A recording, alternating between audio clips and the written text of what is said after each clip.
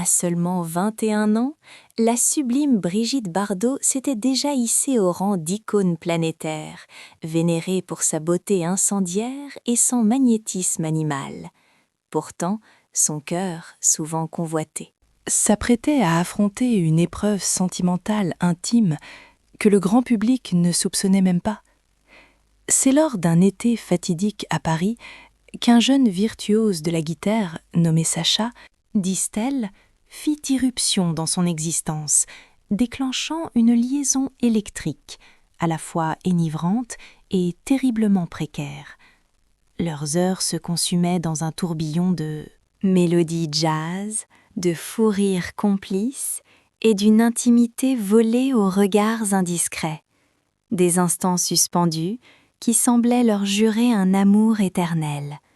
Cependant, dissimulés derrière le glamour et les ovations assourdissantes des fans, la distance géographique, une ambition dévorante et la fatalité du destin tissaient silencieusement leur toile pour les séparer.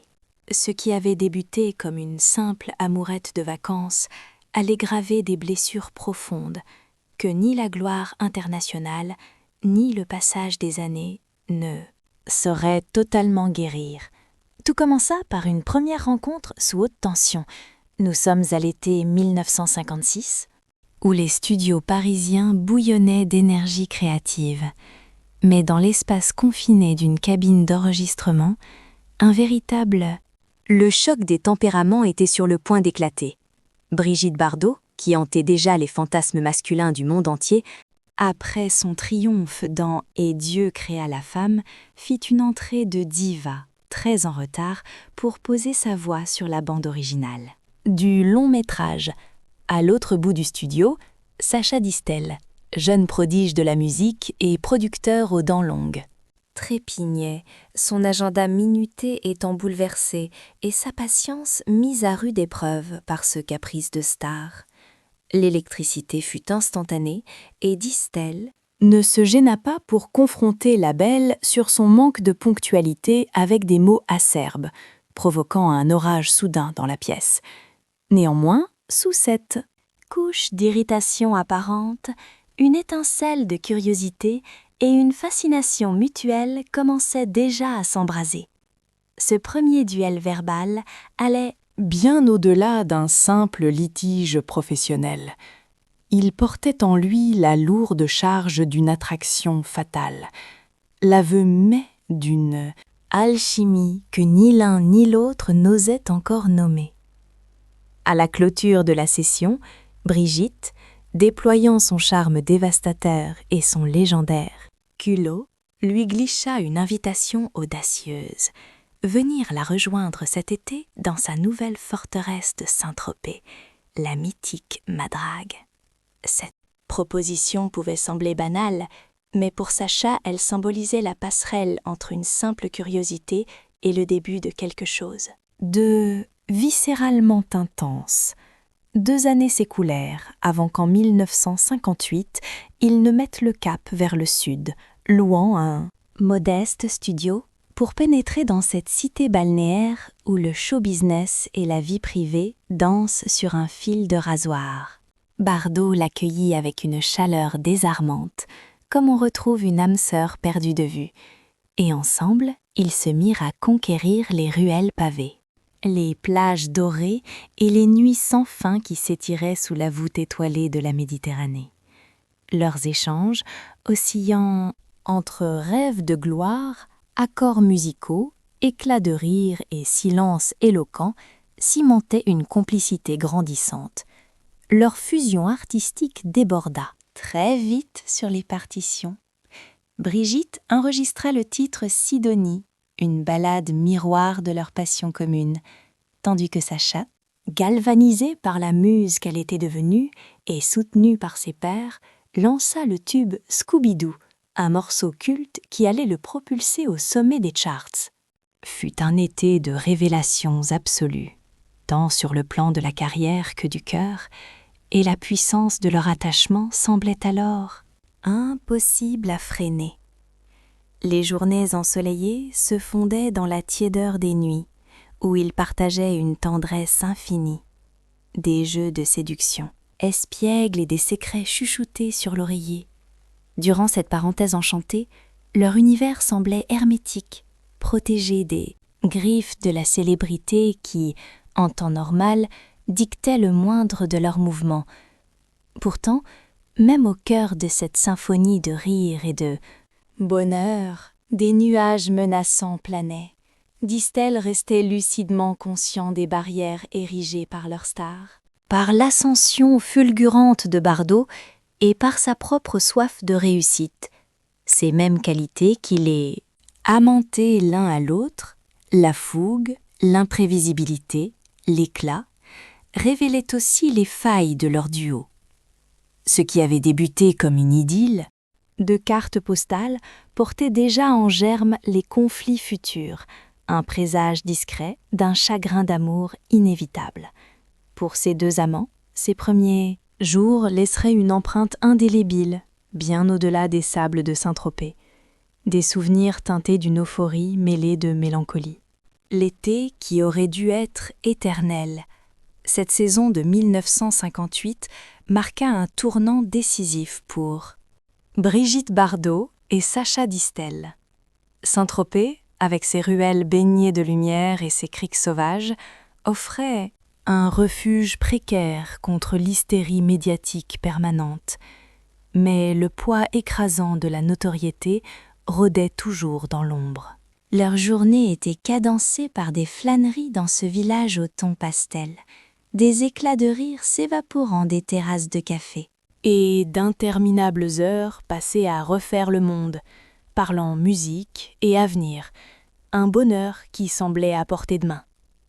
Une fois la nuit tombée, leurs discussions gagnaient en profondeur, effleurant leurs peurs intimes, leurs ambitions secrètes et cette vulnérabilité qu'ils masquaient derrière leur image publique. Il flottait cette sensation unique que le monde extérieur ne pourrait jamais saisir l'intensité de la fusion qu'ils vivaient. Ces instants rares où deux âmes semblent vibrer sur la même fréquence parfaite. La musique devint alors à la fois un lien sacré et le reflet sonore de leur amour. Main dans la main, ils peaufinèrent Sidonie, que Bardot interpréta.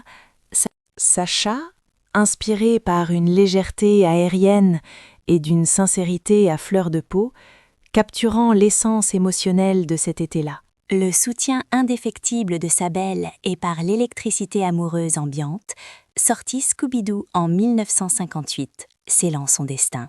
Ce triomphe musical a propulsé Sacha sous les feux de la rampe, marquant le véritable coup d'envoi de son ascension vers les sommets, tout en soulignant cruellement l'équilibre précaire entre ses élans de cœur intime et sa dévorante ambition professionnelle. Chaque note qu'il offrait au public, chaque mélodie qu'il composait vibrait de l'euphorie fébrile de ce premier grand amour, mais portait déjà en elle l'ombre d'une lucidité amère. Cette fusion passionnelle ne pourrait jamais survivre indemne à la voracité du monde extérieur. Leur idylle, aussi flamboyante soit-elle, restait d'une fragilité de cristal, ne survivant que grâce à des instants dérobés à la frénésie de leurs carrières respectives et aux aléas de la vie. L'agenda Bardot était une machine infernale, saturée de tournages épuisants et assiégée par les flashs incessants des paparazzis, alors que Distel, tentant de naviguer dans les eaux troubles de sa propre célébrité naissante, se révélait qu'incapable d'offrir la stabilité inébranlable dont la star avait, parfois désespérément besoin. Même l'hypothèse d'un mariage, pourtant sérieusement évoquée durant cette période dorée, dissimulait des réticences. Lord de Sens.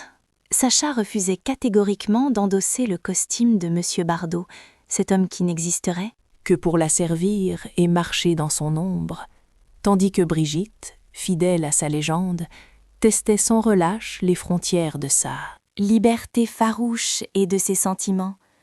La tension née de ce duel impossible entre passion amoureuse et soif de réussite s'apesantissait chaque jour un peu plus sur leur épaule.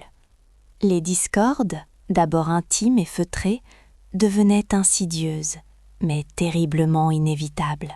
Les moindres contrariétés prenaient des proportions démesurées, exacerbées par leur longue séparation et l'œil inquisiteur du public. Et pourtant, malgré cet étau qui se resserrait, une alchimie profonde et irréfutable subsistait, une intuition partagée que ce qu'il traversait était d'une rareté incandescente, même si c'était voué à l'éphémère. Sacha confiera bien plus tard que l'amour, vécu avec elle, fut unique en son genre, marquant son âme au fer rouge, une trace qu'aucune autre histoire future ne parviendrait jamais totalement à effacer. Au printemps de l'année 1959, leur idylle de vers commença à se fissurer. Bardot, alors sur le plateau du film Babette s'en va, en guerre, sentit son cœur chavirer vers un autre horizon, attiré magnétiquement par Jacques Charrier. La rupture, fatale, se dessinait déjà à l'horizon. Laissant Sacha seul face à une réalité brutale. Même la passion la plus dévorante, faite de fou rire, de musique et de nuits secrètes, ne pouvait triompher de l'ambition, de l'éloignement géographique et des caprices du destin. Ce chagrin d'amour allait sculpter les chapitres, suivant de leurs existences respectives une leçon douloureuse sur la volatilité des sentiments au sommet de la gloire insolente de leur jeunesse. Douleur intime et humiliation publique. Ce printemps 1959 sonna le glas inéluctable de l'art. Romance mythique entre Brigitte Bardot et Sacha Distel. Si leur flamme avait brûlé avec une intensité solaire sous le ciel de Saint-Tropez, les impératifs de leur métier et l'instabilité des cœurs creusèrent un abîme. Infranchissable, c'est sur le tournage de Babette s'en va en guerre que le cœur de l'icône bascula. Définitivement vers son nouveau partenaire de jeu, Jacques Charrier. Pour Sacha, l'annonce fit l'effet d'une bombe dévastatrice. Celui qui avait partagé la douceur des étés volés, la complicité des rires et les secrets d'alcôve, se retrouva soudainement percuté par une réalité glaçante. L'amour, aussi puissant soit-il, ne suffit pas à dicter sa loi au destin.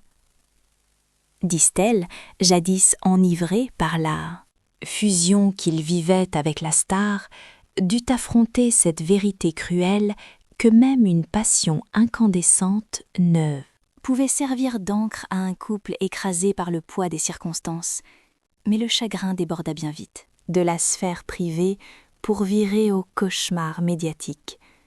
La souffrance de Sacha fut exposée aux yeux de tous lorsqu'un soir, au théâtre de Verdure à Oran, un spectateur cruel le pointa du doigt, lançant des invectives qui le traînèrent dans la boue devant la foule.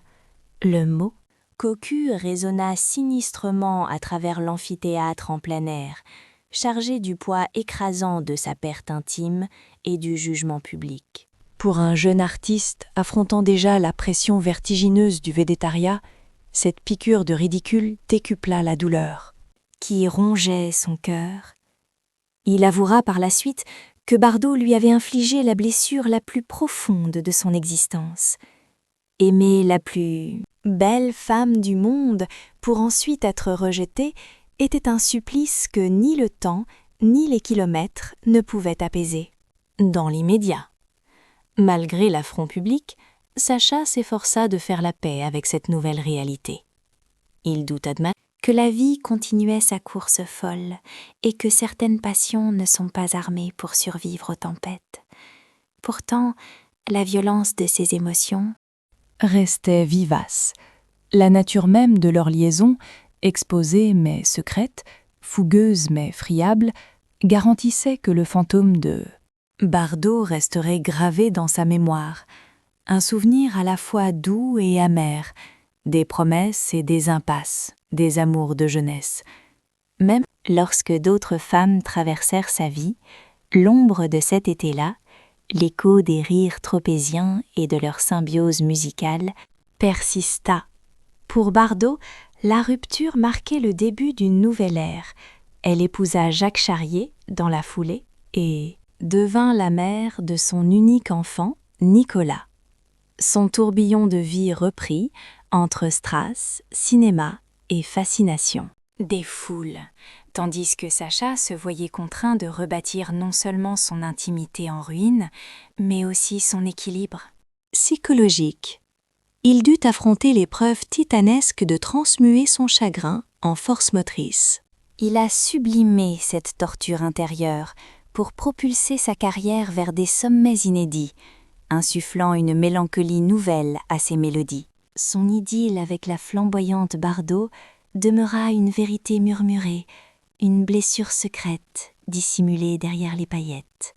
Cette parenthèse enchantée, bien que fugace à l'échelle d'une vie, marqua leurs âmes au fer rouge pour l'éternité. Ce fut l'histoire d'un été brûlant, une passion qui semblait écrite dans les étoiles, mais destinée à s'évaporer.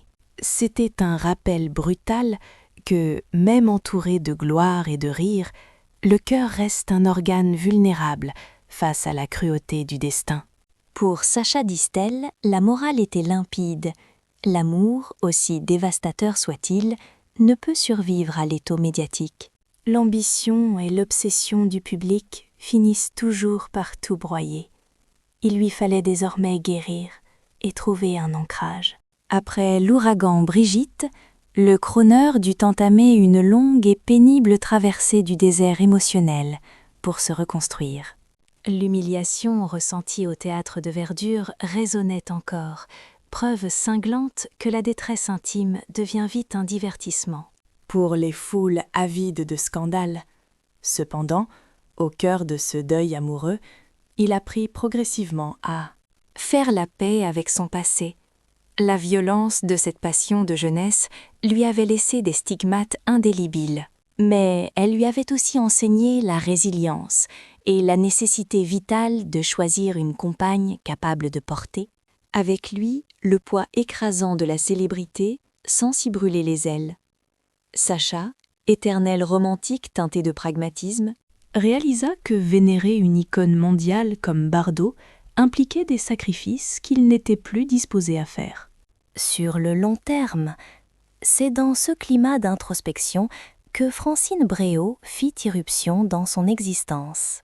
Ancienne championne de ski, Francine incarnait la terre ferme face à la mer déchaînée, apportant une stabilité salvatrice, qui tranchait radicalement avec le chaos glamour vécu auprès de bébés. Leur histoire s'est bâtie sur des fondations solides. Un respect mutuel et une intelligence commune pour protéger leur jardin secret des projecteurs inquisiteurs.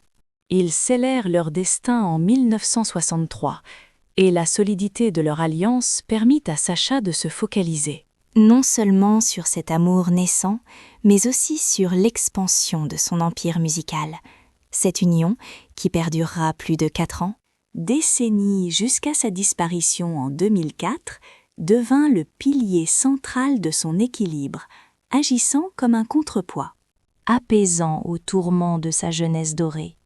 Même si le souvenir incandescent de ses nuits avec Bardot restait gravé dans sa mémoire, Sacha embrassa sa nouvelle vie avec une sérénité retrouvée. Il apprit l'art délicat de conjuguer tendresse et liberté. Fougue et patience, exposition médiatique et refuge familial. Sillonnant les routes du Canada, des États-Unis et de l'Europe. Il maintenait un rythme effréné tout en sanctuarisant son foyer. La présence rassurante de Francine devint son abri anti-tempête, l'endroit unique où il pouvait panser les plaies infligées par la critique et par le regard, souvent cruel, du show business. Le recul de Distel sur cette époque dévoile un homme ayant saisi la nature éphémère, des passions destructrices face à la puissance tranquille de l'amour véritable. Il ne chercha jamais à gommer Brigitte de son histoire, mais il laissa cette douleur mûrir pour en faire une boussole, le guidant vers une complicité qui traverserait les âges. L'opposition entre la romance volcanique avec Bardot et l'amour inébranlable avec Francine illustrent parfaitement la complexité des sentiments, particulièrement lorsqu'ils sont vécus sous l'œil impitoyable des caméras. À l'aube des années 70, Sacha avait non seulement consolidé son statut de vedette internationale, mais il avait surtout réussi là où tant d'autres échouent, bâtir une vie privée indestructible. Les leçons tirées de la perte et de l'exposition publique avaient façonné sa maturité, dictant sa manière d'aimer et sa conception de la loyauté absolue. Ce qui avait failli le détruire était devenu sa plus grande force, le préparant enfin à savourer cette pérennité sentimentale qui lui avait tant fait défaut par le passé. Pendant ce temps, la vie de Brigitte Bardot suivait une toute autre cadence. Alors que Sacha Distel s'ancrait dans la sérénité auprès de sa fidèle, Francine, l'existence de Bibi prenait un virage radicalement différent, marqué par le tumulte incessant. Une fois les feux de leur été tropézien éteints, la star convola avec Jacques Charrier, son partenaire dans le film Babette s'en va en guerre et donna naissance à son unique enfant, Nicolas. Pourtant, ce mariage ne fut qu'un éclair dans le ciel orageux. Dès 1963, le couple divorça, ouvrant un nouveau chapitre de chaos émotionnel dans une vie déjà saturée de drames. La gloire restait pour Bardot un cadeau empoisonné, une arme à double tranchant. Elle lui offrait le monde sur un plateau, mais magnifiait chaque faux pas, transformant ses peines de cœur en feuilleton quotidien pour la société. Consommation de masse. Après cette rupture, la vie amoureuse de l'icône continua d'être disséquée par le monde entier. Elle enchaîna les liaisons explosives avec des personnalités comme Samy Frey, Serge Gainsbourg et Günther Sachs.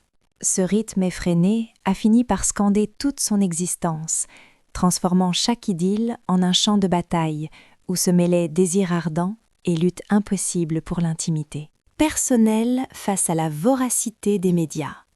L'été 1956, bref mais brûlant, avec Sacha Distel, marqua un tournant décisif et singulièrement pudique. Ce fut un baptême du feu sentimental qui lui enseigna la vraie nature du dévouement, le prix de la liberté et le lourd tribut de la gloire. Au fil de ses interviews et de ses mémoires, elle revisite souvent ces instants, admettant sans phare la violence des émotions qui l'habitaient alors, tout en réaffirmant cette soif d'indépendance farouche, un trait de caractère qui avait magnétisé Sacha vers elle, tout en condamnant leur histoire à une fin prématurée.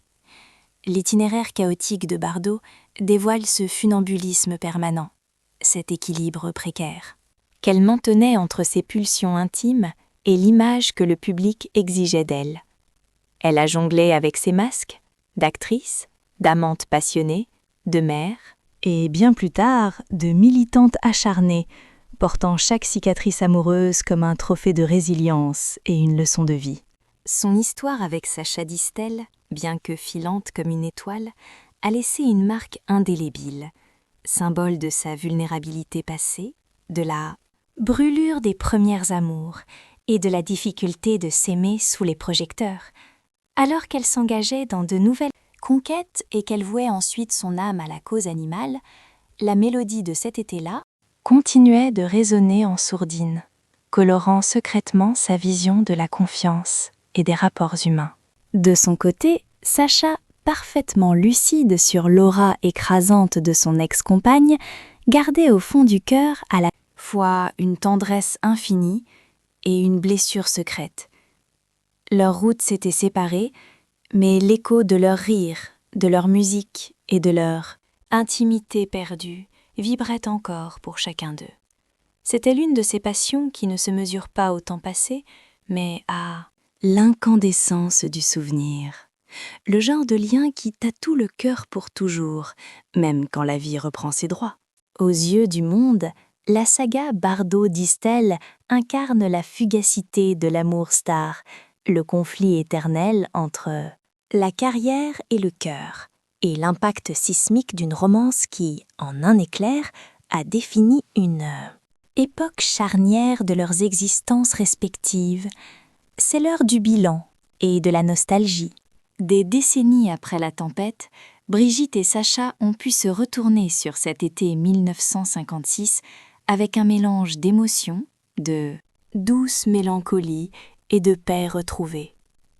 Bardot, désormais entré dans sa 10e décennie, contemple une vie hors norme, marquée par une célébrité foudroyante, des amours tourmentés et un combat viscéral pour ses animaux.